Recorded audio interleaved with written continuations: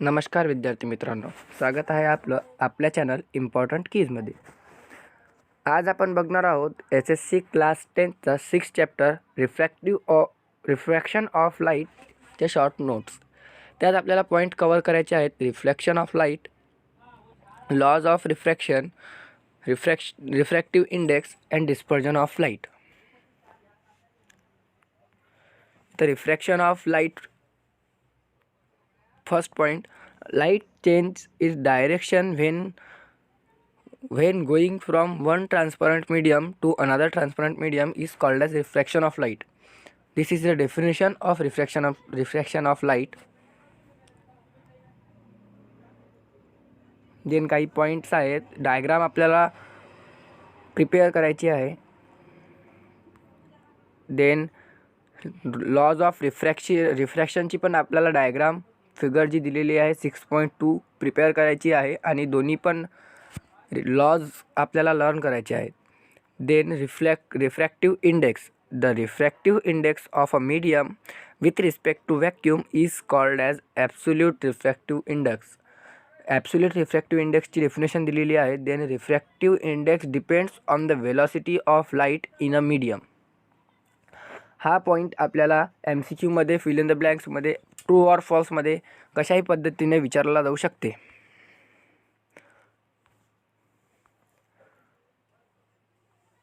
Then काही सबस्टन्सचे refractive index आपल्याला दिलेले आहेत. ॲब्सोल्यूट रिफ्रॅक्टिव्ह इंडेक्स दिलेले आहेत. देन रिफ्रॅक्टिव्ह इंडेक्सचा फॉर्म्युला आहे refractive index is equal to velocity of light in medium 1 divided by velocity of light in medium 2. हा फॉर्म्युला आहे 1 and 2 is equal to V2 upon V1. Then refraction of light in different medium. When a light ray pass from a rarer medium to denser medium, it bends towards the normal. हा first point आहे. Second point आहे when the light passes from a denser medium to rarer medium, it bends toward the normal. जसं डायग्राममध्ये आपल्याला दिसत आहे, जेव्हा light rarer to denser येत आहे तेव्हा light ray toward the normal bend होत आहेत. आणि सेकंड कंडिशनमध्ये अवे द नॉर्मल बेंड होत आहेत. आणि थर्ड कंडिशनमध्ये it does not change it direction, hence does not get refracted. जेव्हा when a light ray is indicated normally at the boundary between two media, जेव्हा it does not change its direction and hence it does not get refracted. हे तिन्ही point आपल्याला learn करायचे आहेत with diagram. 6.4 मधल्या दिलेल्या तिन्ही डायग्राम. देन ट्विंकलिंग ऑफ स्टारचं the apparent position of star keeps changing a bit. This is because of motion of atmospheric air and changing air density and temperature. Because of this, the refractive index of air keeps changing continuously. Because of this change, the position and brightness of star keep changing continuously and the star appearance to be twinkling. हे statement आपल्याला learn करायचं आहे. Then dispersion of लाईटचे सेवन colour जे आपल्याला appear होतात ते colour दिलेले आहेत. Violet, indigo, blue, green, yellow, orange and red. Then the process of separation of light into its component color while passing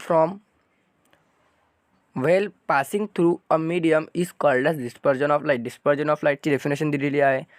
then खाली मी अंडरलाईन करून दिलेला काही पॉईंट्स आहेत ते आपल्याला लर्न करायचे आहेत. देन काही दोन क्वेश्चन आहेत. त्यानंतर partial and total internal refraction. Then इथं अजून एक फॉर्म्युला दिलेला आहे sin I upon sin R. Then rainbow is a beautiful natural phenomenon It is the combined effect of dispersion, refraction and total internal reflection. It can be seen mainly after a rainfall. Rainbow कसा दिसते, रेनबोमध्ये काय होते ते पूर्ण दिलेलं आहे. खूप सोपी कन्सेप्ट आहे, वाचल्या आपल्या लक्षात येणार. देन बुक्स आर माय फ्रेंड. हे बुक्स आपल्याला वाचायचे आहेत.